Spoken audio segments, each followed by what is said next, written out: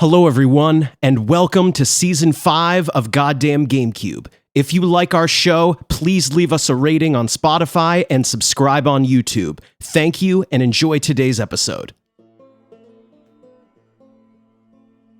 Hello, everyone, and welcome back to another episode of Goddamn Gamecube. Greg and Riley are your hosts today.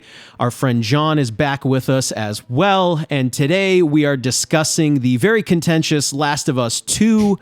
There's a lot to say here, so Riley, why don't you just start us off, because there's so much to uncover, so let's just go for it. Of course. So this is Last of Us Part 2, the second game in the series. It was released in 2020. Similarly to the first one, it's a survival action-adventure game developed by Naughty Dog and published by Sony Interactive Entertainment. This game is set 5 years after the first game, so it partially continues Joel and Ellie's story while expanding the universe a bit further to showcase some other perspectives, we'll say, for now. I did want to just kind of out of the way get into gameplay, like changes, updates there. I think those are pretty more clear cut than the other aspects of the game. I think that the traversal puzzles in this are a lot more organic and immersive than part one. It's very like you were going into a very particular state. Well, there's a ladder, I'll put it down in the first game. And this one, there is a little bit more thought put into these kinds of sequences, I would say. I think the crafting is in a good place as well. There's a little bit more options in the first game, but not so many that it became overwhelming to me. I think the ability to create silencers was a very welcome addition, that you can't like abuse them. They only have a couple uses. I did think it was kind of a bummer that you can't use shivs to open up like caches anymore, because that was something I did like about the first game. There is a much wider range of melee weapons and firearms available in this one with a lot of their own strengths and quirks. So one of the big things, in addition to kind of maybe general thoughts here, what did you guys think about this new sort of system they had with these training manuals that are collectible and I believe are missable, some of them at least? Did you guys like these, and how did you build kind of your characters with these? It's tough to say. I think it's kind of in line with what I thought about the first game in terms of gun upgrades. Yeah. It doesn't feel like wholly realistic, but because they're training manuals, it puts you in the world a little bit. Yeah. But it's one of these games where I rarely use Resident Evil as a good example of something, but remember in like the original Resident Evil games, there were no gun upgrades. You get what you get. Your character is not upgradable. You are who you are. Yeah. I feel like in The Last of Us, I wish it was that. Or that would feel a bit more realistic to me. Yeah. Right? You don't really get it under the hood as much. Right. Yeah. Where I feel like with The Last of Us, I tend to not check out because, these games are very good. Yeah. But I tend to, maybe I don't really like when they get gamier. I tend to like when when it feels less gamey to me. Does that make sense with a game like this where the narrative and the realism and relatability has to be so high? Right. John, how do you feel about this? It's fine. I thought kind of like the first one, it's actually kind of a difficult combat system. Sure. You have to be really careful. And so whenever I found anything to make my weapons more powerful, I was a happy man.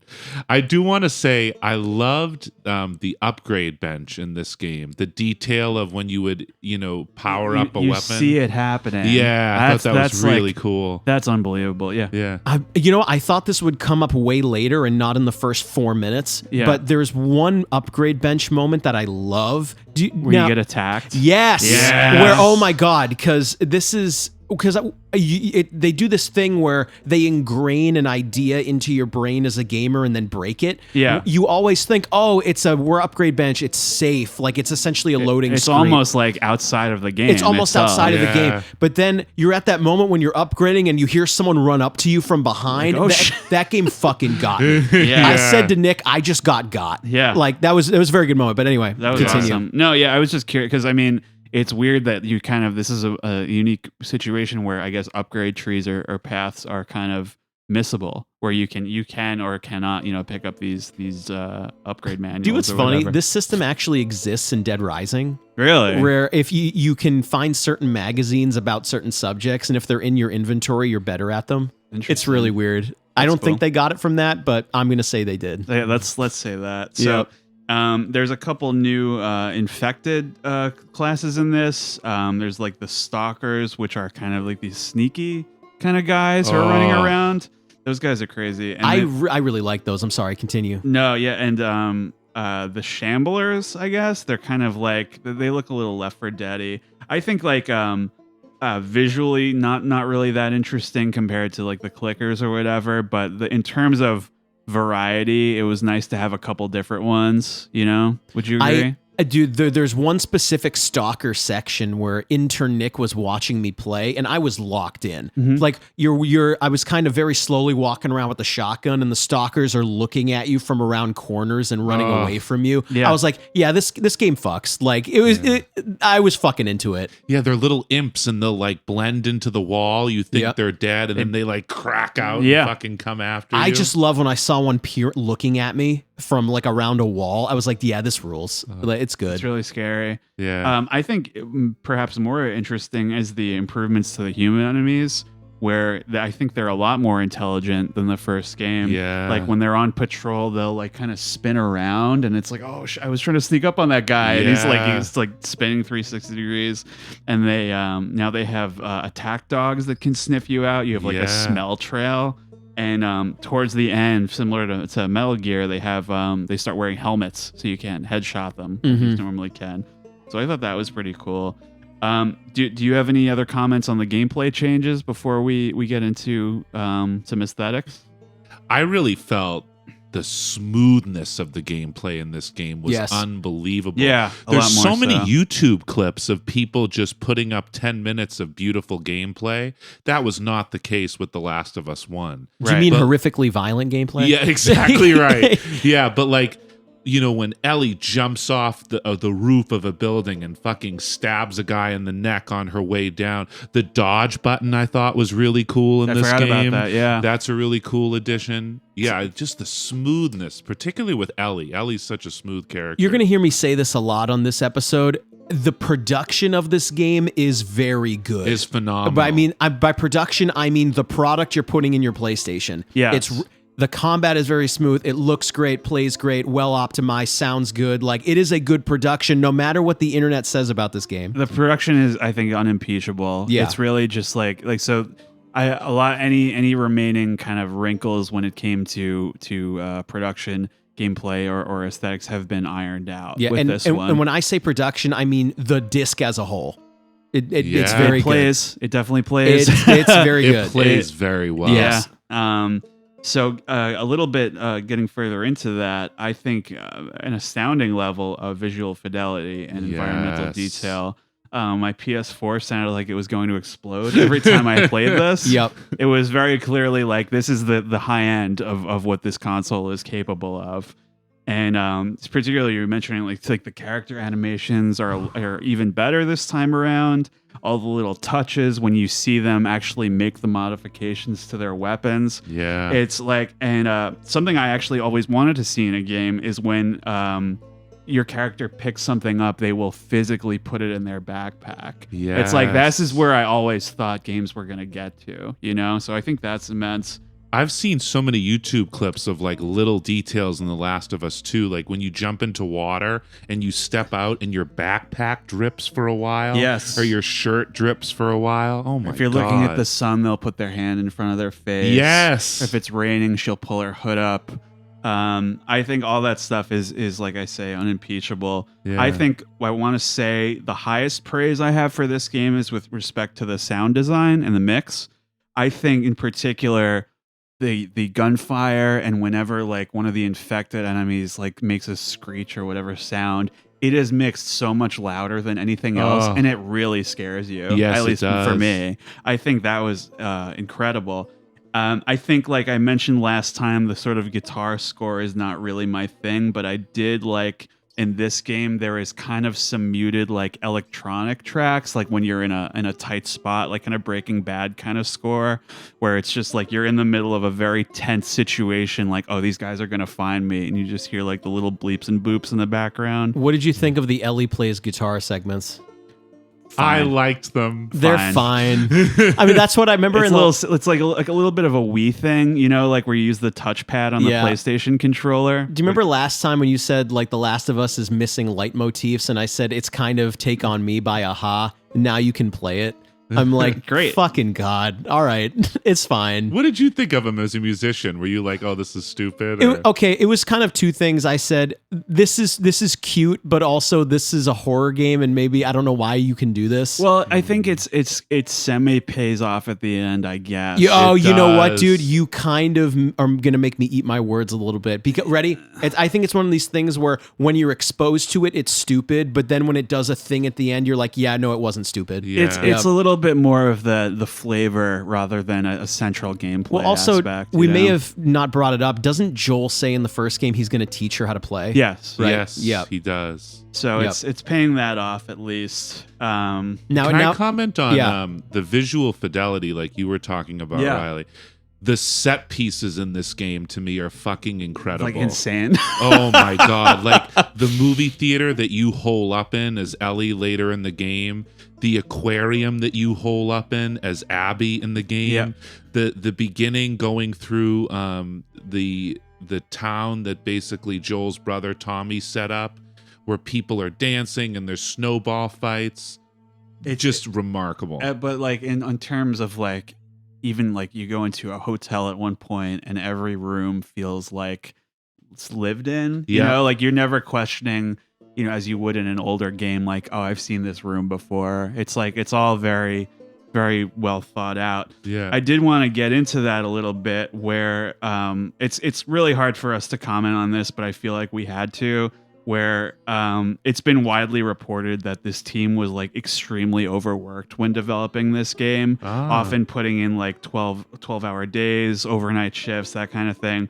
Well, I think we can all agree that this is like not an ideal or acceptable working condition. I'm curious about like, you know, let's have like a little exercise. If you were in charge, where would you have cut or compromised this game to scale back the workload? The entire final segment. You think so? Yeah, or most of it. I think maybe just in general, paring each segment down a little bit.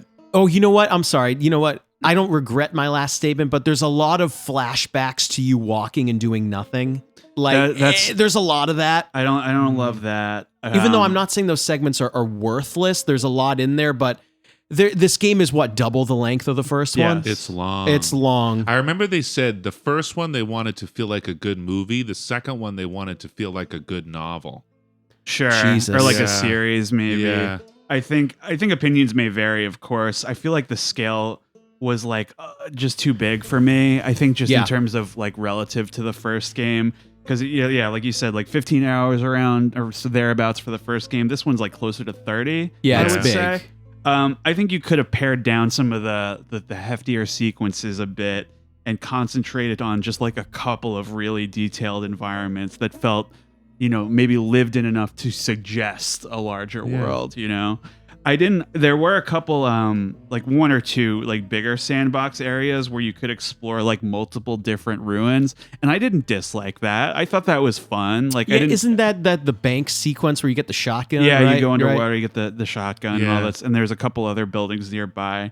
I think, you're correct about I think maybe just too many flashback sequences that kind of interrupted the pace of like you're really into the piece by piece, and then it's like, oh, we're flashing back to 3 years ago again. And there's a couple of flashback segments though we have to admit are phenomenal. There are. Yeah, like I said, it's not like they don't have any value. There's just a lot of them. It happens quite often. It reminded me a little bit of the Spider-Man game where you like, I don't want to play as Spider-Man. Ready? If I were to do this, do you remember there's a lot of walking sequences in Gears of War where you're just walking and talking on the phone. Control. Like, you're kind of breaking up the pace of the game a lot. Yeah, that's true. Anyway, before we get into story, anybody want to say anything else about kind of like the setup or anything else like that? No, I think, like I said, this is a very good production. It plays as smooth as silk. So that's where I'm at there. All right. I think you used a good word, unimpeachable. Yeah, I think so. I think okay, so the meat of the discussion here is going to be the story here. Yeah. Oh boy. Okay, so right off the bat, I did feel that the introduction was a really effective way to not only catch you up, but also, like remind audiences of what happened last time, but also further Joel's character a little bit, where he's confessing to Tommy what happened, and it's like, yep, this is what happened, but now he's telling it to somebody for the first time. Yes. And you get a little bit of that. That's a great point. So it's basically set up, 4 years later. Joel and Ellie are living with Joel's brother Tommy, his wife Maria, and several new friends in this settlement in Jackson, Wyoming. Right. So essentially, what the setup of this, you get a nice little kind of tutorial, a little bit of like an immersive. There's like a snowball fight that teaches you how to like all the basic mechanics and stuff. We didn't mention there's also like prone like combat and stuff, and there's going fully prone. Now, because in the first game you could not go fully prone, right? No, it was crouch only. not. That's key to this game. Yeah, because it takes the stealth a lot more seriously, and that's a nice tool in your belt there. Yep. But essentially, so the way this sets up, they're all kind of messing around in this town, and during a sort of routine patrol in the surrounding countryside, Joel and Tommy encounter this young girl named Abby, and they rescue her from this sort of horde of infected. You actually play as Abby very briefly in this section. And what happens is that so Abby effectively leads them back to her hideout where her group is there, and it turns on our guys and incapacitates both of them. So in the process of this, it's kind of cutting back and forth as it did in the previous game. With the help of Ellie is kind of dating this new girl, Dina. Mm-hmm. Ellie essentially like tracks them down to this lodge, this like ski lodge in the mountains. And the big, huge thing, which was unfortunately leaked before this game came out, the big sort of setup here is that Ellie is forced to watch as Joel is savagely like beaten to death by Abby with a golf club. Oh. So right off the bat, a man chooses a slave.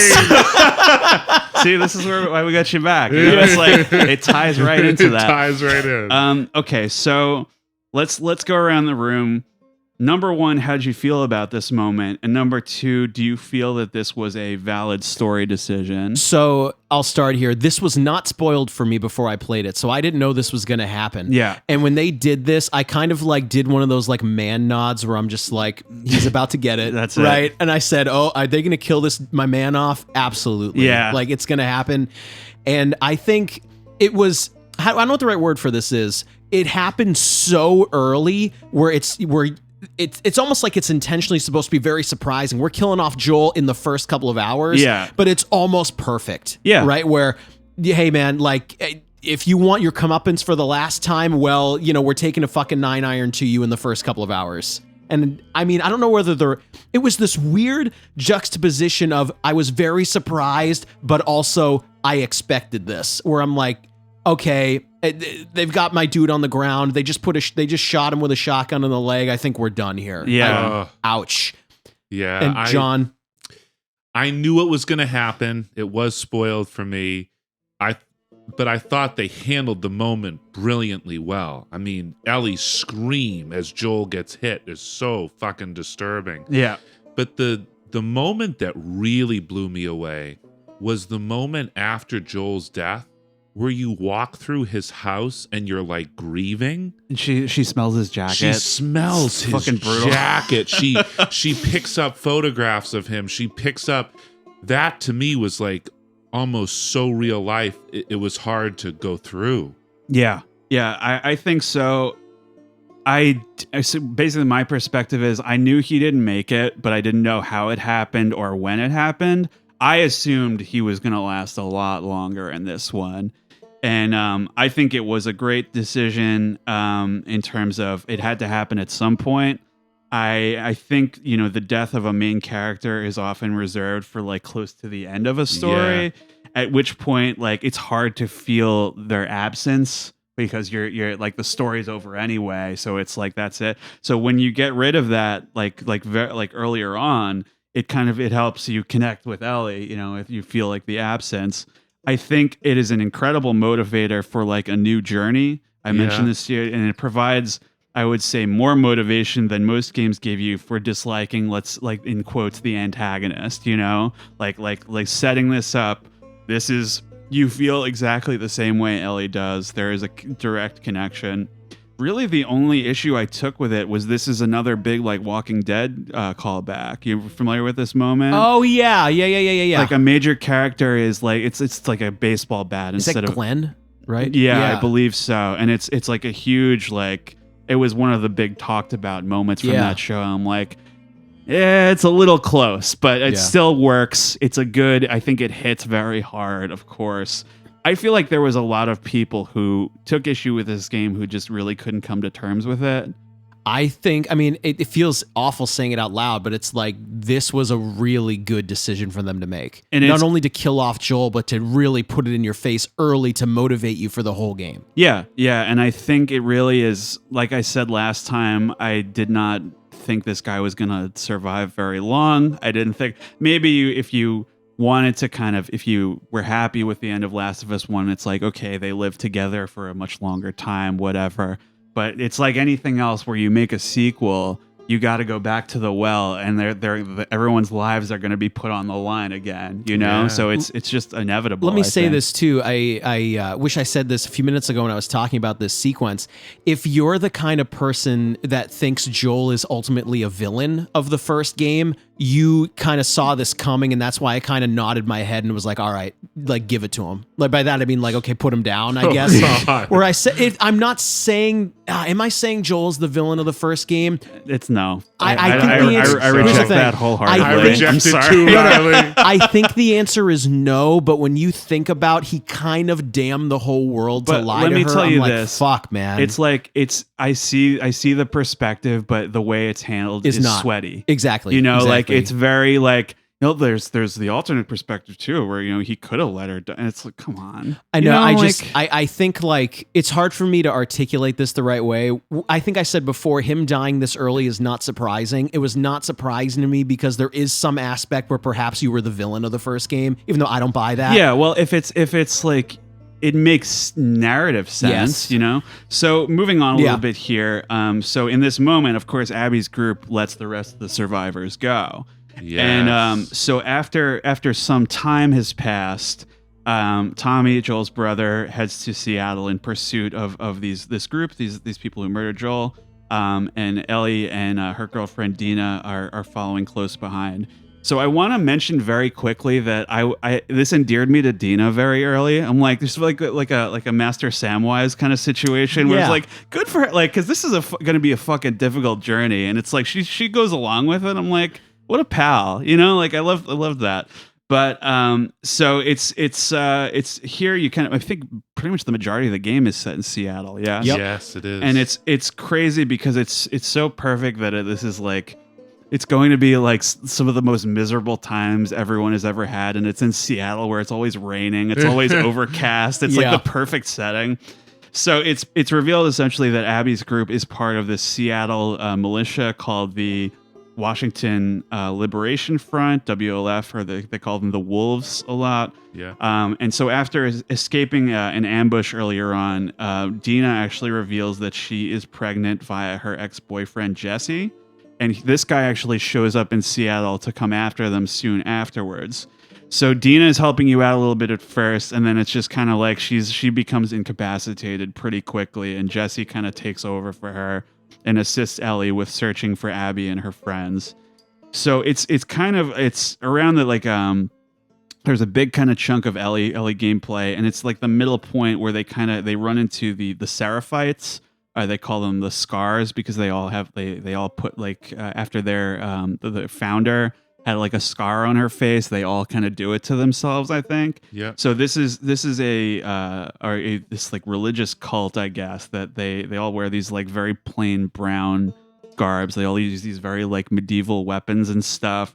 What did you guys think about this faction? Is this the whistle segment where like if they notice you, they whistle? That's the first thing, yeah. Yeah. I mean, from a gameplay perspective, this fucking ruled. Yeah. Like I remembered I'm trying to put this in the right words, where if you quote unquote kind of fail stealthing, there's a chance where you'll just get pegged with an arrow and they'll whistle that they've hit you with something. Yes. I'm like, holy fuck, this fucking rocks. Yeah. They're very scary. It's very intense. And we've talked about detail, attention to detail. I've seen YouTube clips where people go through and decipher what the whistles mean. Like 2 whistles mean you got hit, 3 whistles mean circle around. Like there's a definite system to the way the whistles work. I feel like I've seen a lot of cult stuff in media. Yeah, I mean, John does bring up a good point where I do feel like that's everywhere in like fantasy or fictional media. There is a religious cult that does this thing in modern society. But not only that, the whistling is also from Walking Dead. Is it really? Yeah, like the guy with the baseball bat. That's his group. That's how they communicate with each other. To be honest, I checked out right after season 1. So but in terms of like original ideas, it's just like it's distracting when you if you know about it. It's like oh, I've seen that before. Yeah. But I don't know. I think when the way they integrated into gameplay was successful, it was nice to have an enemy faction that was a little different from everybody else. The fights with them gameplay wise are totally fascinating. Yeah. I just feel like I've seen a lot of cult stuff, and story wise, maybe not so much. I want to just go back for a second too. We were talking about like the Dina section of the game. Okay, to me, the best part of Last of Us 1 is the interactions between Joel and Ellie. Yeah. If you're going to kill Joel, you've got to put somebody new in Ellie's life where the interactions are as deep or as interesting. In the whole first part of the game, I'm in Seattle. I'm being rained on. It's incredibly depressing. The person who's my companion is not as interesting to me as Joel. And this is where the story started to lose me a little bit. Yeah. I think for me, I think that was definitely intentional to a point. Oh, okay. I think, it's obviously like a big part of this is nothing can replace the hole that he has left in her life. Even someone who loves her and is going to become, her prospective like life partner is not enough to replace this huge wound that has been given to her. But I think it's I appreciated her that she, made the decision to come along with you. In terms of the direction for her character, it kind of gets less interesting as she goes along. Yeah. But you hang out with Jesse a little bit more, and you wind up. There's a part in this game I did want to bring up. I mentioned during the pivotal hospital scene in the previous game, I felt like a lack of agency at one point, and I felt that here as well in a specific sense. So Ellie tracks down one of Abby's friends who was there when Joel died, called Nora, and she essentially is like, that prick got what he deserved, and she chases after her, and like she winds up like beating her with a pipe to like basically to try and like find out where Abby is. This specific moment, it was just a tiny little break in the connection with the characters for me, where I was there's this like a wolf base where you're infiltrating it as Ellie. I'm trying to be very careful. I have my pistol with the silencer on, right? And she confronts Nora, and she's holding her up with the revolver. And Nora says, like, if you shoot me, everyone will know. And I'm like, not if I was using the gun that I wanted to use. Oh, that's interesting. I mean? Yeah, it's a little bit immersion breaking. It would be very quick, like one of those. So just a small little thing that I was like, oh, I fucking wish I could just take, then we have no problem here. It would be resolved. But essentially, she tortures her to find out that Abby is holing up in this aquarium on the far side of town. There's this basically it's all building up to this aquarium. There's a Ferris wheel on the horizon that's showing you where it is. And Ellie gets there, and this sort of comedy of errors results in she's confronted with 2 of the other people who are there, Owen and his girlfriend Mel, and their cute little puppy dog, and Ellie winds up killing all of them. Oh. And it's very like, so it's revealed after the fact that Mel was pregnant. And this obviously, like, it sickens Ellie to the point of just like she's just like non-responsive. And Tommy shows up at this point, like takes her away from there. So what did you think about this moment? This is hard to stomach, right? I feel like this is the moment where I said, oh, okay, I guess it's the Ellie revenge tour, right? Where you get a lot of these themes of like cycles of violence, and this game is overly violent and cruel, and Ellie's just going to go on a murdering spree. It's just hard for me to dissect. Where I don't know the right words for this, other than I kind of did one of these like, I don't know how I feel about this. You know, I don't know how you guys feel, but I don't know. I'm not sure. I hate to even say this, I started to check out here a little in terms of narratively. I'm like, all of this is a little bit too much. I'm going to fucking torture somebody. I'm going to fucking kill everybody. And it's everyone there's just so much killing and violence. I'm like, I don't know. John, how do you feel? I totally think you make some great points. It didn't make me check out. I found it so depressing and so violent and so bleak. And I get you're trying to tell me a story where you talk to me about the price of revenge. Yeah. How if you go too far after revenge, it literally just eats away at your soul. It steals everything you have. They did what they wanted to do so effectively. I start to question, like, is this even entertainment anymore? Yeah. It's so bleak. Were there any, like, this, I've said this phrase on the show a couple of times, it kind of makes my stomach hurt a little. Oh. You know what I mean? We're like, okay, so my thoughts on, like, we're getting into the kind of the crux of the game here. I feel like it's a good time to bring it up, where it felt just a little manipulative to me, because we've kind of seen this, like, the price of revenge thing, like a cycle of revenge, and how, like, in all forms of media, including games, and, like, you know, kind of like what it turns you into and all this kind of stuff. And it's just like, it's tough for me because here's a good example. There's a part in the first Austin Powers movie where there's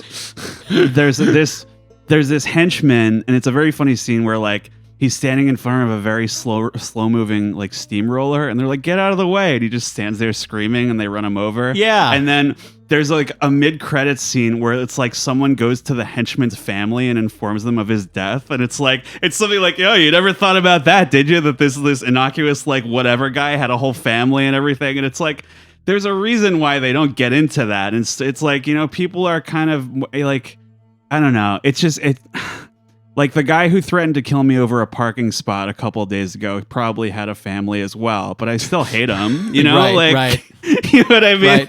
Right. So that's where I'm at with this. It's like, I don't know if it's going to be effective, but I don't want to harp on this too long, but several moments of Ellie offing somebody in this game was like, did we have to do that? Like, is this what we're doing? So bleak. Like, is this, I don't know. Can I say something? And I'm curious what you guys think about this. After Joel dies, going through his house and sniffing his coat, I don't know, I just thought, like, wow, this is really moving and beautiful and artistic. But this middle section of the game just feels so bleak to me. And I don't know why. Like, why is it that Joel's funeral feels respectful and beautiful going through his home? And why is the middle of this game just like, geez, you guys are throwing me in the dirt and you just keep pushing me under? Yeah. Well, there's really no levity whatsoever. Oh. I mean, I'm going to bring this up in more detail later. Yeah. This game has a thing that I tend not to like in narrative structures, or we will debate this later. It's one of these things where if the characters just talk this out, a lot of the plot is undone and a lot of it is unnecessary. Yeah. And that happens in this game a lot. Example, like, you know, you said that, like, the funeral scene is, like, very tasteful, very moving tasteful. And tasteful. There's a lot of these moments. I've said this so fucking much off mic. If Ellie just told people she was immune and I was the person on the operating table, it would undo a lot of the plot of the game. Like, okay, you're killing this pregnant lady and these boyfriends and you're torturing Nora. I'm like, oh my God, can you just talk it out? What is going on here? Yeah, but like I said to you off mic, I don't know how you feel about this, John, but it's like people don't talk about things that they should in real life either. You know, it's true. It's like when they should, like, hash out their emotion. And, like, I believe Abby is aware that she was the girl that was infected. And it's like, it's knowing all that, and how much difference would it really make if it's like number one, like it happens with Dina. She says I'm immune, and Dina doesn't believe her, right? Because no one else is immune, and, like, other people would probably react the same way. Yeah. So it's tough, but I guess the point that I'm bringing up is killing Ellie is a bad decision. if you know who she is. It's a bad decision, and it tends to undo a lot of the plot for me starting here and moving forward. Yeah, but like game. Number one, a lot of people don't know or believe, and number two, they probably don't care. Maybe, you know, like that's where I'm looking at it from. Anyway, sure. Well, you've got two characters who are blinded by revenge. Yeah, or that's at least what they're trying to portray. That's the point of the story. Yes. Anyway, we can keep going. Yeah. So I think around this point, you have this flashback that reveals that in between games, Ellie traveled back to the Firefly Hospital in Salt Lake City, where she learns what really happened and like tells Joel that she doesn't want to speak to him anymore because she figures everything out. And I think this moment in particular, this was probably the most effective story moment for me because it's between the two of them. It's really kind of paying off this lie and the characters are behaving in a believable, realistic way. It's kind of like I feel like there's a lot of, you know, when things are like no spoilers, it's usually about like a death. And it's like, this is like a spoilable moment for me where it's like a big secret coming out, you know? And I like that about it a lot. And essentially you see Abby finds where Ellie is hiding in this moment, and she kills Dina's ex-boyfriend Jesse and has Tommy held hostage. And it's revealed also through a flashback that Abby was the daughter of the surgeon that Joel killed in the first game. Right. Mm-hmm. So how does this reveal land for you guys? I don't know. I kind of laugh at it because it's one of the, you guys ever, sometimes I use the phrase, well, the plot demands that this happens. Yeah. The whole setup of The Last of Us 2 is that, you know, the surgeon who is going to operate on Ellie is Abby's dad. And so Abby is taking revenge on Joel because Joel killed her dad, but that is very specific. You know what I mean? Yeah. Where my dad was, I'm calling him a virologist. I don't know what the right word is. Yeah. My dad was the virologist that you killed, so I'm going to come get you. It is a very specific plot that needs to work out perfectly, right? It's sweaty. It's sweaty for sure. I mean, I'm not saying I hate it. I don't hate it, but it's very particular. It's just a little like I think it's I don't think it makes no sense. No?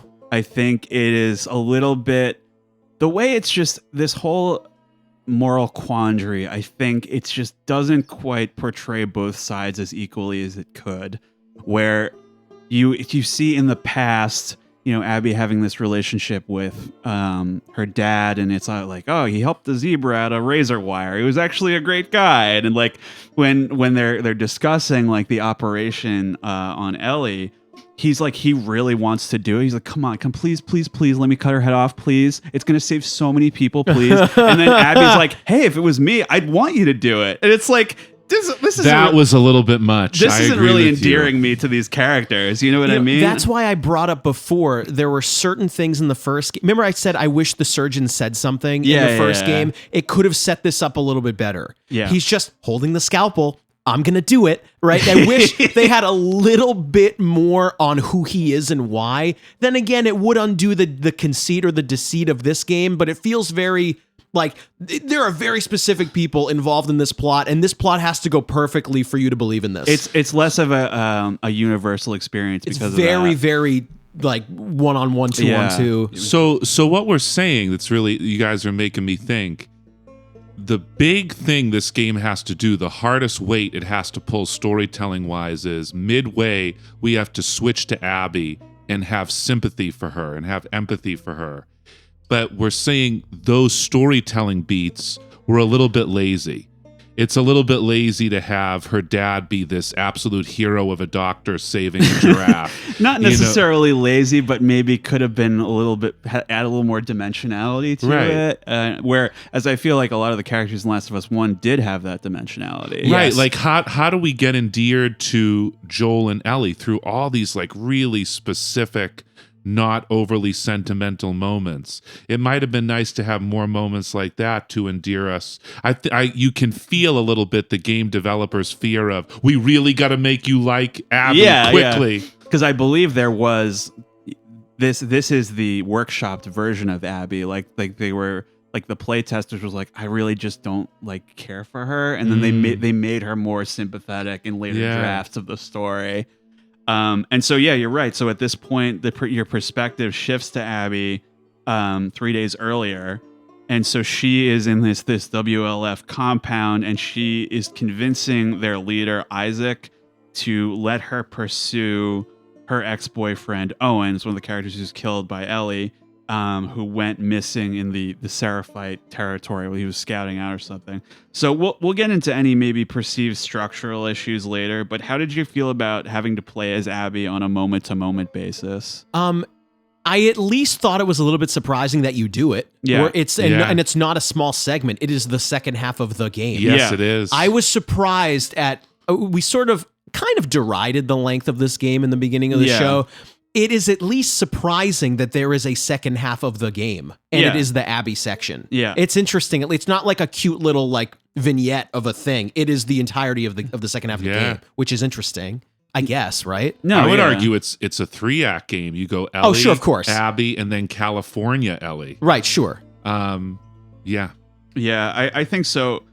I think this was actually pretty well handled, where I didn't like at first how her segments felt a little bbit more Gears of War-y, like that's a great point. She has like an armorer who fits her out with like this assault rifle and everything, and I'm like, I don't really I don't know. Yeah. She's also a lot stronger, physically stronger than Ellie, and it's like it's kind of that weird balance of where her Ellie's strength is really like her resolve and her endurance, and if you contrast that with Abby, who is a lot more physically imposing. Yeah. So, but obviously, I think over the course of this part of the game, you see that there are more like commonalities in both character and gameplay between the two of them than you might expect. Yeah. So it's a little bit. I just want to say quick. Yeah. It's a little bit of a relief to play as Abby, because Ellie, you have to be so stealthy and so slip and slidey, and Abby's just a brawler. You can go right into conflict with the infected. Yeah, you can literally throw haymakers at infected. You can beat the shit out of infected. She literally like lives in a gym. She's just like unstoppable. Yeah. So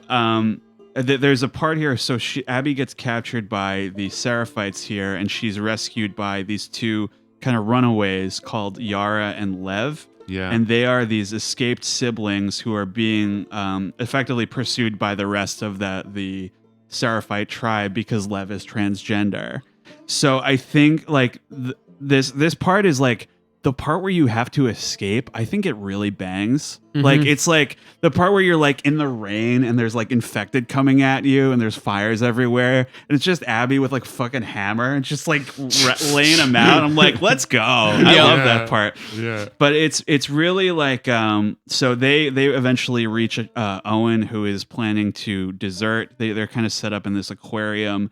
And they're Owen and Mel are planning to leave and regroup with potential like surviving fireflies in Santa Barbara, California. Yeah. So after being injured, Yara is like they need to like remove her arm. I believe it's like infected. Yes, they do. They have to amputate it. But Mel is a surgeon, and she needs medical supplies to save Yara.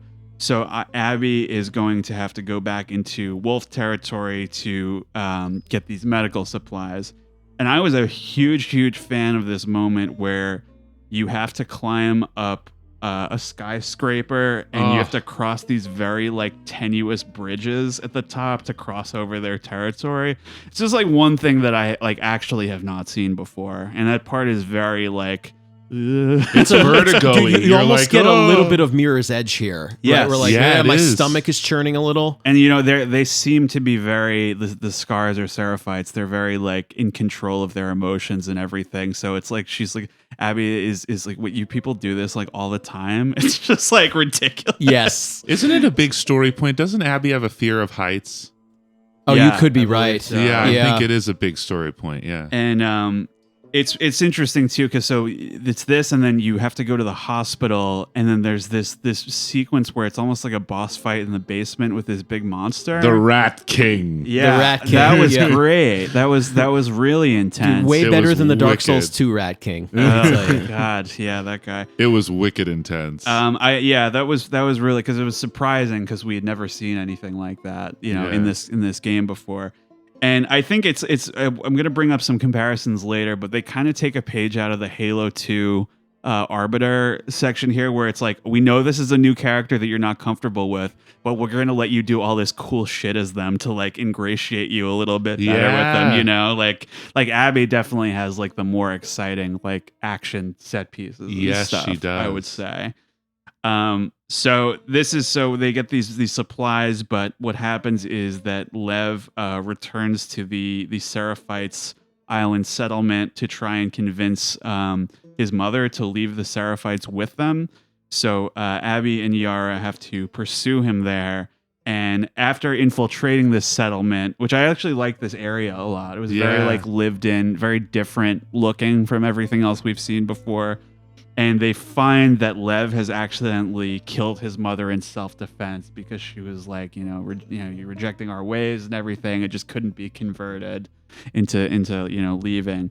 And this point, I think it's crazy because I have very mixed feelings about this game. But this segment I think is awesome, where the wolves like kind of begin this assault on the island, right? And Abby is kind of caught by Isaac and these other guys, and is branded a traitor for helping these runaways. Yara kills Isaac to help them escape, and is in turn shot by the other wolves. And this whole bit with the horseback escape through the burning village. Yeah. It's a cool set piece. It's a cool set piece. It looks amazing. It's really intense. It's like, am I going to make it out of here? It's very like biblical representation of the central themes. Dude, this is their Uncharted moment, I think. You think so? Yeah, absolutely. There's a couple of Uncharted moments. Just this big kind of like Cain and Abel, just like destructive nightmare. And it's like, I feel like this, if anything, captures like the essence of it more than anything else. So basically what happens here is that Abby and Lev return to Owen and Mel's hideout to find them killed by Ellie. And this very conveniently placed map by Ellie shows them exactly where she's hiding out. Yeah.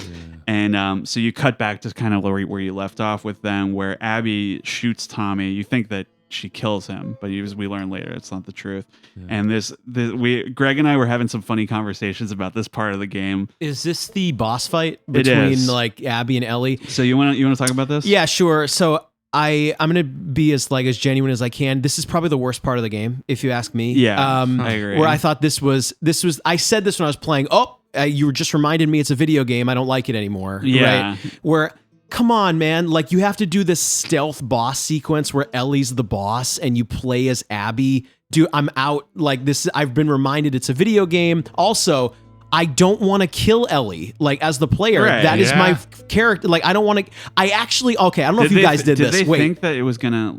I don't know. Wait, hold on. I did this. I purposely let Ellie kill me a couple of times. To see what might happen. I was like, wait, if this is a choice between the two, fuck Abby, I'm all set. Right. Like, yeah. I mean, dude, this is a bad boss fight. I thought this was bad game design. Bad, naughty. I almost said naughty. Like naughty dog. Very, naughty very dog. bad, Neil. Very bad. Like, I don't know what you guys think, but this is a bad choice, in my opinion. I thought Ellie was a fearsome boss. She was scary, the way she would sneak around and come at you, but I agree, it felt very video gamey. Very video gamey, and it's really...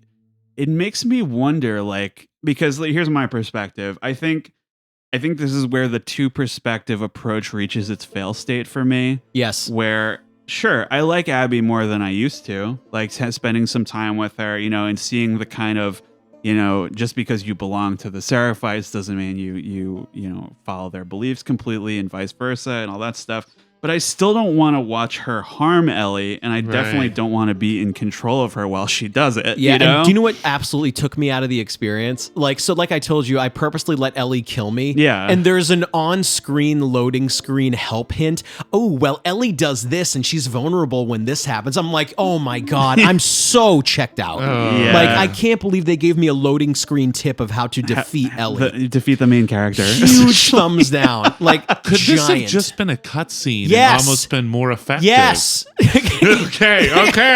Yeah. Well, so I'm not saying that you can't break or bend rules here, but I think something I've really admired about, I mentioned Halo 2 earlier, you never see the Arbiter and Alien kill humans. You never see him fight or try to harm the Master Chief. that leaves the door open for redemption. And the same thing happens Metal Gear Solid 2 with Raiden. He's never like harming Snake or fighting Snake or anything like that. It's like you have a new character from a different perspective, and eventually, they may not like each other at first, but they eventually kind of learn to respect each other at least. And this is like, I feel like it's just a little too far for me to really forgive and just the nature of this story, and especially this boss fight, I just thought was really like misguided. Very. But okay, so let's I don't know. I have one more thing to say, actually. Sure. Yeah, go ahead. I think what you really needed structurally was to have maybe you start this story with another successful portrayal of a young woman and her father, Abby and her father, and get to know them first and foremost. And you make them both incredibly sympathetic and built up to this moment where Joel kills him. And then you maybe even like end the game there and you have this big cliffhanger, right? For part 3 or whatever. Yeah. But in terms of, it's very hard to, after watching Abby do what she does, really like get into her shoes right there. It's tough. It's a big ask. I think it's fair to say. Big ask. Yeah. And it's a testament to how effective the relationship is between Joel and Ellie. It's what people liked about it. Yeah, and it's the best part. It's taking it away is a bold move, but it's like, what do you replace it with? What is the answer? Dude, I just think you can't beat the father-daughter relationship of the first one. It's not, you can't surpass it. It's really like the biggest strength, right? Yeah, you can't. So it's tough.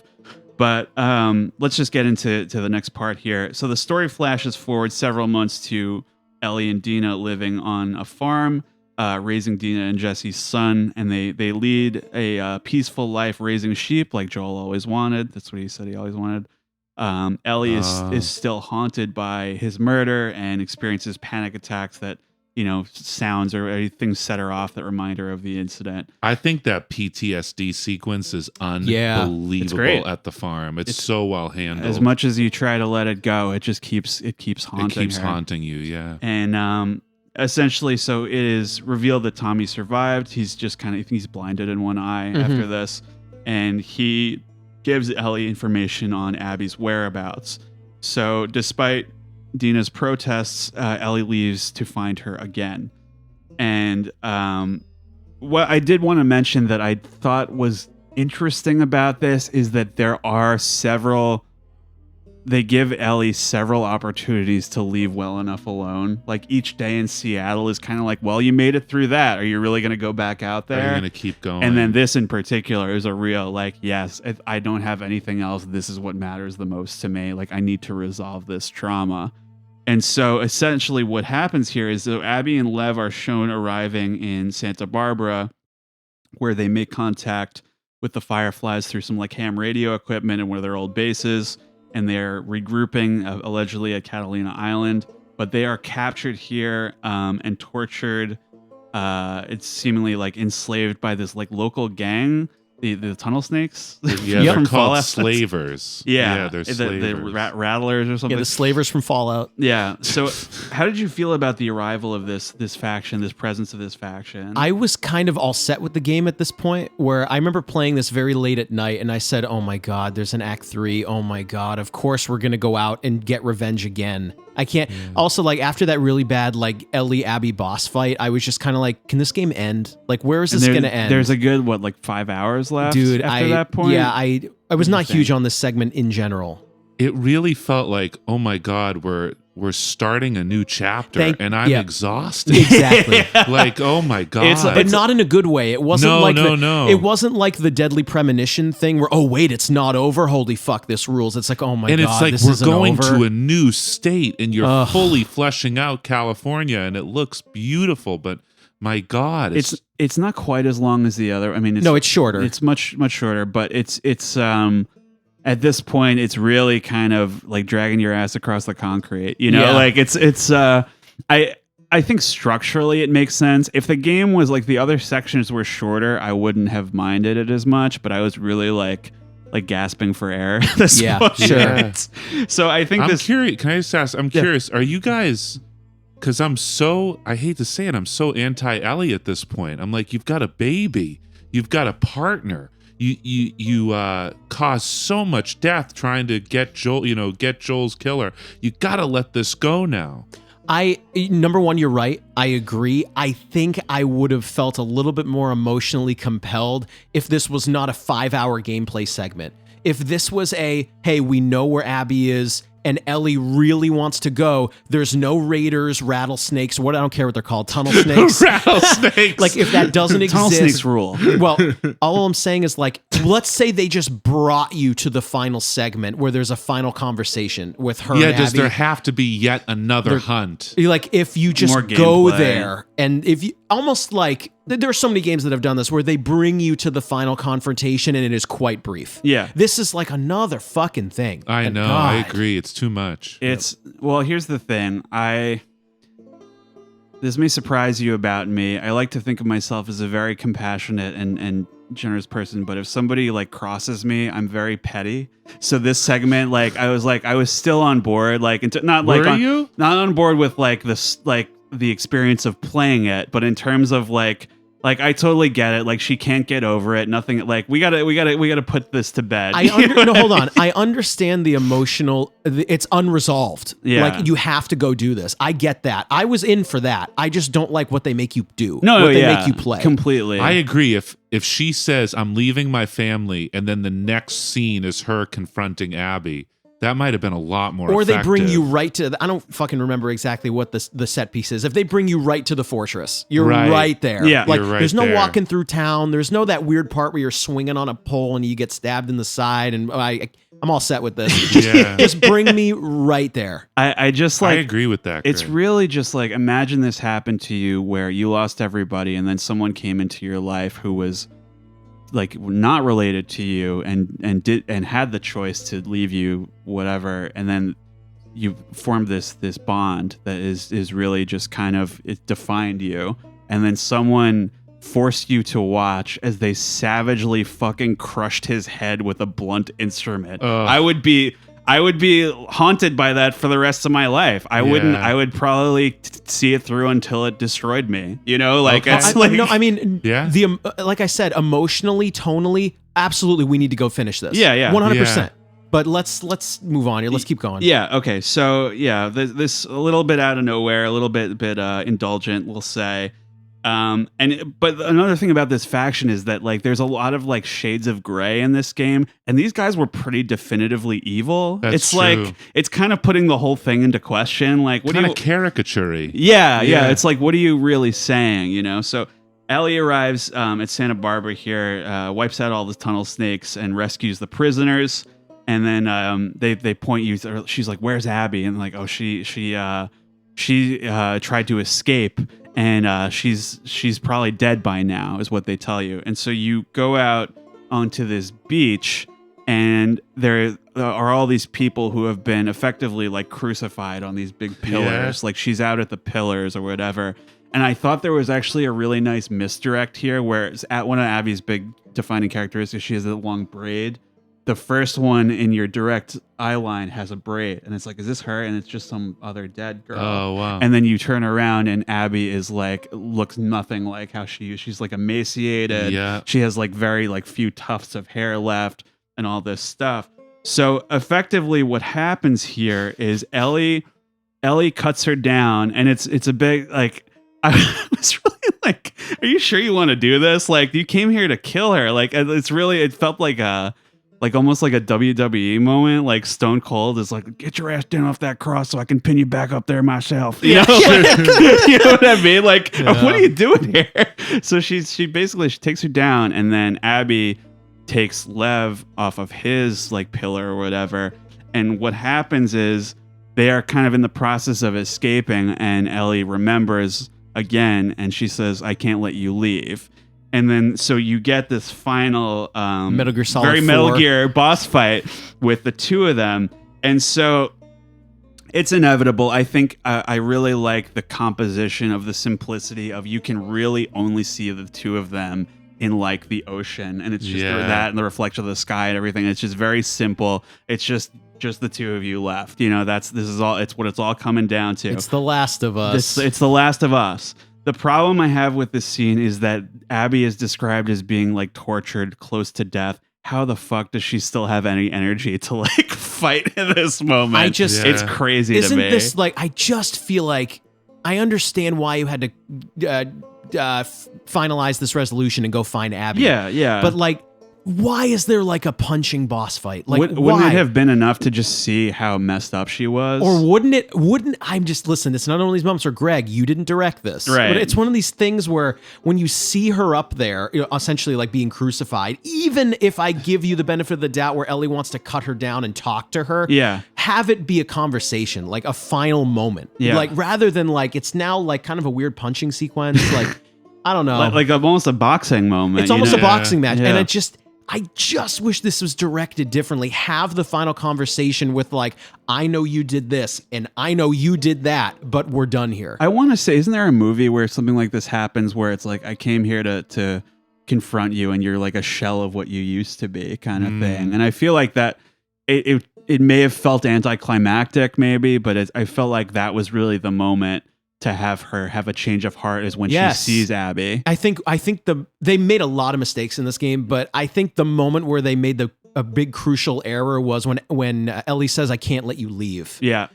No, like you got to have the final conversation and let them go, right? Or some sort of, they kind of do it anyway where you don't end up killing Abby. It's like a have your cake and eat it too moment. Exactly. Just let it, if you got that final moment of like Ellie letting it go, I would have been like, my stomach doesn't hurt anymore. I get it. No, but anyway, let's keep going. I mean, your resolution would have been her resolution, right? So what happens here is Ellie is trying to drown her, comes pretty close, and Abby bites off two of Ellie's fingers, Gollum style. Lord of the Rings style? Yeah, it's right there. And she ultimately, has that change of heart after thinking of like Joel on the porch playing guitar or something, and lets them kind of sail away to wherever. So, I mean, this is a really interesting, and we've talked this to death almost, but I have a kind of an interesting quandary for you guys here. Would these games have been, what would you think of any kind of branching story paths in these games? Oh, you mean like you make a decision like, or not? like the Walking Dead games? Oh, I mean, well, I think the big one is like, does Abby kill Ellie or does Ellie kill Abby in the boss fight? Or does she forgive? Yeah. Or, does Joel kill the doctor? Like stuff like that. I mean, I think the big one here is like if you choose to essentially beat the fuck out of Abby and she bites your fingers off, then you get the ending where you can't play the guitar and you shouldn't have done this. Right. That's what it felt like, here's the right? thing, right? I did just get a little emotional chill because it's almost like I hated so many of the directional choices, even though they kind of make sense, where you do get that final moment where Ellie tries to play the guitar and she can't. And that's like the one thing that she has left of Joel is that he taught her how to play. Yeah. And now she can't do that either. Well, it's almost like a teaching moment that feels bad. Right? Yeah. Where you shouldn't have done this because now you have nothing. Well, because it's very, the symbolism is clear where it's like she still has, here's the thing, she can't hit the bar chords anymore, neither can I. It's fucking hard. But like, it's effective in that, like, she still can play some stuff, but like there's voices missing. Like she can't hit a couple of the strings, So something about her will always be lost. But it really, to me, feels like, all right, so there's this part where she lets him get away, and then she goes back to the farm where I like that it's very idyllic the first time you see it. It looks like a painting. It's all very colorful. And then when you go back, it is very like overcast and like miserable looking. Yeah. And then it's essentially what it seems is like the implication being that it was too late for her to get resolution or redeem herself. Yeah. Like you said, what does she have to show for it at the end? Absolutely nothing. And it's like, it doesn't feel like there was any sort of, even like down to her soul, a reward for letting Abby go. It feels like you got the bad ending either way, like, and it sucks because it's like, I feel like just not enough agency, maybe. I don't know. It's weird. Well, it's a story about hate. Yeah. And we're forced to follow this character along a tragedy. And the one thing, just going back, I can understand Abby I can understand Ellie wanting to cut Abby down because she literally thinks there's got to be something I can do to you, Abby, that's going to make the pain of my loss go away. Right. And that's ultimately what the tragedy is. Like, revenge is not going to deal with the pain. Right. Right? You have to deal with your pain in other ways. I think you're 100% right. It's just... There's a quote I heard about this game. I'm not gonna say who said this, but there's a game director out there who said, "I understood the story of The Last of Us 2. I read it. I don't like it." And I am not too far from that opinion, where I understood what happened here and I don't like it. Yeah. I just feel like there is really no, like, the conclusion of this game, I didn't feel any kind of optimism or hope like you did at the end of the first game. What message are you sending? Yeah, well, so I'm kind of getting into my final thoughts here, if that's okay. So I think there are some aspects of this game that communicate the themes quite well, but there are an awful lot of them that make you question like what the point is. And it's like the length of time you really have to spend in this world is so harrowing. Like another reviewer I was reading said like it takes 2 hours to watch like a harrowing movie, like The Road, something like that, and you're spending 30 hours in The Last of Us 2. Like it really, I had to psych myself up like after a hard work day to like, and just all right, here we go. Here we go again. And I don't think, it necessarily has to be conventional entertainment. It's just we're kind of seeing what it looks like when you spend 30 hours in a miserable nightmare, and it doesn't feel good. I don't think I learned anything. It feels like there's so much violence and just like, when you shoot somebody, they're like screaming in pain until they die. You're like blowing people's arms and legs off. Dude, I go back to that quote where I understood it and I don't like it. Like, I get what you're doing.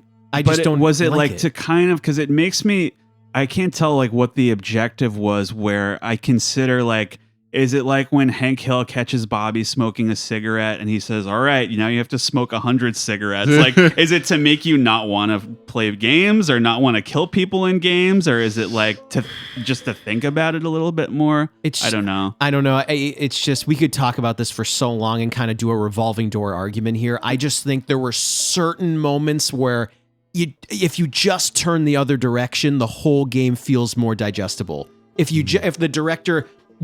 essentially, if you did not do what you did, like the game would feel a little bit better. There were a couple of moments where that could have happened, which we've already talked about. Yeah. At what point does Ellie stop? Yeah. And when what are you teaching by that happening? I'm going to get on my high horse for a minute. I feel that storytellers have a responsibility. Sure. When you're going to create a story that millions of people are going to digest. Huge audience, yeah. What are you doing by just putting them in a slog and just continually pushing them under the ground? It just feels like every violent beat in this game, it was like, how can we make this as violent and as horrific as possible? And I really like stories that touch on how dark things can get, but then give us some level of hope or redemption at the end. Yeah, absolutely. And this thing was just... I mean, I'm thinking about the scene where Ellie is trying to kill one of Abby's friends. I don't know if you guys remember this, like at like a person who's connected with Abby is playing like a little Walkman video game. Oh yeah. And you like stab her directly in the throat. Yes. And blood just spews and goes everywhere. And it's like, oh my God, guys, like, I can argue you made your point. Like, revenge is not going to make my pain go away. Like, quite early, Like, but quite boy, early could there have been some uplift, some emotional... I guess we're supposed to believe that final scene between Joel and Ellie, where they were at least going to try to repair their relationship as some kind of hope. But this game is just too much of a slog for me. That's my final thought. I'd like to make a statement where, John, I think you have said one of the most thoughtful things on all 5 seasons of goddamn GameCube. I'm not being ironic. You said you have a responsibility to your audience, right? Millions of people are going to play this. So what message are you sending? Yeah. I mean, I would snap my fingers in real life for that. Absolutely. Are you just going to depress the fuck out of people? Like, what's the point? And what, God, you do have a responsibility when you're telling this kind of story for sure. Yeah. Well, I think especially when you're trying to make broader points about real life too. I mean, I was going to bring up Neil Druckmann speaks about how like growing up in Israel informed this, like the direction of, themes of this game with respect to the cycle of violence, cycle of revenge. I think it's a very fruitful idea on paper, executed much more tastefully in the movie Munich. Great movie about that specific situation. But it seems like the intent was not really to create like a direct allegory to the relationship between those two states. And it only kind of like takes notes, like the WLF, PLF, kind of like they don't really align, like it's in terms of that. But it's inherently troublesome because of that specific situation. It's so you brought this up earlier with like how specific it was that it was like that doctor and getting revenge for that doctor. It's really not making the universal statement that it should be. No, you know what I mean? Not at all. I think there's just a lot of conflicting factors here. I just have a couple more things to say. So you're rooting for Ellie, right, in the beginning because she was one of the protagonists of the first game, and we feel the same way about Joel as she did. And as the game progresses, it becomes clear that this was the most important relationship in her life, and she will forever be incomplete without him. And there is seemingly no way to resolve this trauma, and everything that follows in the wake of Joel's murder feels just like suffering just for the sake of suffering. You know what I mean? Like, I get it. Like, the only constant between you and the characters is that you both feel miserable. Yes. You know what I mean? Can I ask you guys a question? Yeah. If they make a Last of Us Part 3 and it has somewhat hopeful, if it ends on somewhat of a humane note, is it possible we look at this game more favorably as like this in-between chapter? You and I, the Dark Empire Strikes Back. well, Yeah. you and I chapter. actually had a similar thought. What I was gonna say right before you said that was, I have this vision in my brain of like after Ellie cuts down Abby essentially from the cross. Yeah. I almost have a vision of her kind of picking her up by the hand and saying, "We're not doing this anymore. Like, we're not going to fight this out Right. anymore. Yeah. Let's actually try to resolve this. You know who I am. I know who you are. Let's actually try to almost quote unquote save the world or do something positive. Yeah. We're not doing this anymore." Yeah. But that doesn't happen, and now I feel shitty. I know, me But too. it's also tough because you are seeing Abby's side of things, but Ellie didn't. Right. Really, you know. Right. So that's but what I mean is like you if they just did that, or when you almost like you cut her down just to pick her up and say, "We're done here, and I'm not coming after you. You're not coming after me. Yeah. Or we're gonna collaborate. Either one. Yeah. I would have taken either. Sure. I think, yeah. So this is final thought on like the series and everything. I think if anything, Last of Us Part 3 would be an older Ellie kind of, and then, I really hope it's not a fucking 30-hour journey across America again. I think the only real way to resolve her character is if she willingly like sacrificed herself to science. I think you're right. I think all of us have the same opinion. The only way for it to end is she becomes the cure. And so all Yeah. of this pain and hate and awful shit happened, and it shouldn't have, but at least we got it. And Yeah. it's really like, Joel, you gave me a life. You let me live, you let me experience the world. Like, I didn't die as a 14-year-old, but now it's time. This is what I can do with the rest of my time is hopefully save everybody else. Yeah. That's But that's what, honestly, that has been in my brain for our whole discussion. But is it's that. really like, how long do you need to communicate that? You know what I mean? It's like, is it going to take another 30 hours? Like, I don't know. Do you guys want a Part 3 if it was up to you? Wow. I mean, I think half of my brain says no because I can't stomach any more contentious Reddit debate about these games anymore. Okay, The yeah. other half of me says I'm so unhappy with how The Last of Us 2 was directed for the most part. I Yeah. almost need it. I Yeah. need a 3 Like, to make me feel better. Sure. I think I have some, about this series in general. I think you get the impression that they definitely wanted to lend a greater legitimacy to this medium by kind of including like superficial qualities of films, novels, stuff like that.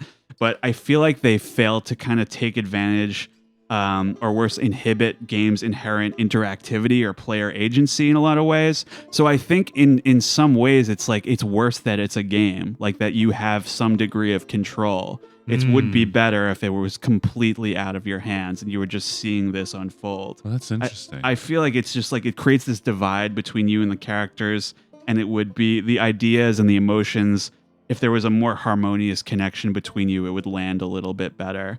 I think basically, so final thoughts on the series for me. I think great productions, unarguable. This one just made me feel like irreproachably like depressed. And I feel like both games are kind of held back by how much they lift from other media. It reminds me of like, I'm thinking about Children of Men, Walking Dead, 28 Days Later, all this stuff. It just takes me out of it a lot. And I think a lot of it has been done before and better. So it's really like this game is where those issues started to compound for me a little bit. So do you want to get into final thoughts or grades, or sure. What do you guys think? I'll give my final thoughts and then I'll grade. Yeah. I think I said it earlier, the father-daughter relationship of The Last of Us 1 is just not surpassable. Yeah. Like I'm not saying by any game, I mean by a sequel. The Ellie, I've said this so many times online, the Ellie Revenge Tour is not as effective as the father-daughter of the first game. Do you think they just shouldn't have made a sequel? In a way, yeah. Yeah. Where I almost invoked a Riley quote, but I didn't do it. Where you had said previously where you didn't say it about The Last of Us, you said it about Horizon. Yeah. You said if this game was its own curiosity and that was it, I would like it more. I almost think that. Where if The Last of Us was only the first game and that's what you have, that was one of my top games of that decade. Yeah. I remember that story very well, and I agree. But now it's been sullied a little bit by the second one. You can only think about how much worse it's going to get for them. Sure. So I think to wrap it all up here, I find the first one to be very emotionally effective. The Last of Us 2 is a very good production. It is a very good video game. Mm-hmm. However, I understand it and I didn't like it. It makes me feel a little gross. And by I didn't like it, I mean too much violence. It is gross and depressing and overly violent for the entirety. I feel a little gross playing it, specifically for the violent portions.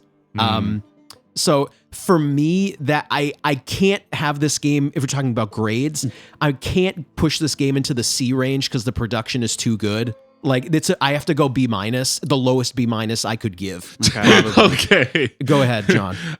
Yeah, I agree with you. The production's incredible. The gameplay is amazing. The set pieces are amazing. The visual detail and the environments are incredible. That movie theater, that aquarium. Yeah. Just gorgeous set pieces for this game. But yeah, like I said, storytellers have a responsibility, and this just was too much of a depressing slog for me. I love your grade, Greg. B-. Okay.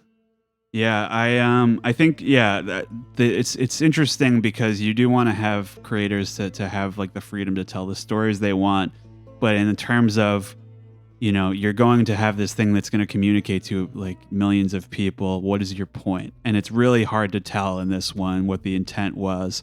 So I am going to stray into C+ for this one. Mm-hmm. I think that is what they have earned with all their quality of life production aspects. I think all that stuff is incontestable. It's just that I had a miserable time playing it. I never want to play it again, and I disagree with a lot of the story decisions. And that's my final thought. Awesome. Okay. Thank you guys very much for discussing The Last of Us. A lot of good discussion here. Very thoughtful. And we will see you next time on Goddamn Gamecube. Thank you.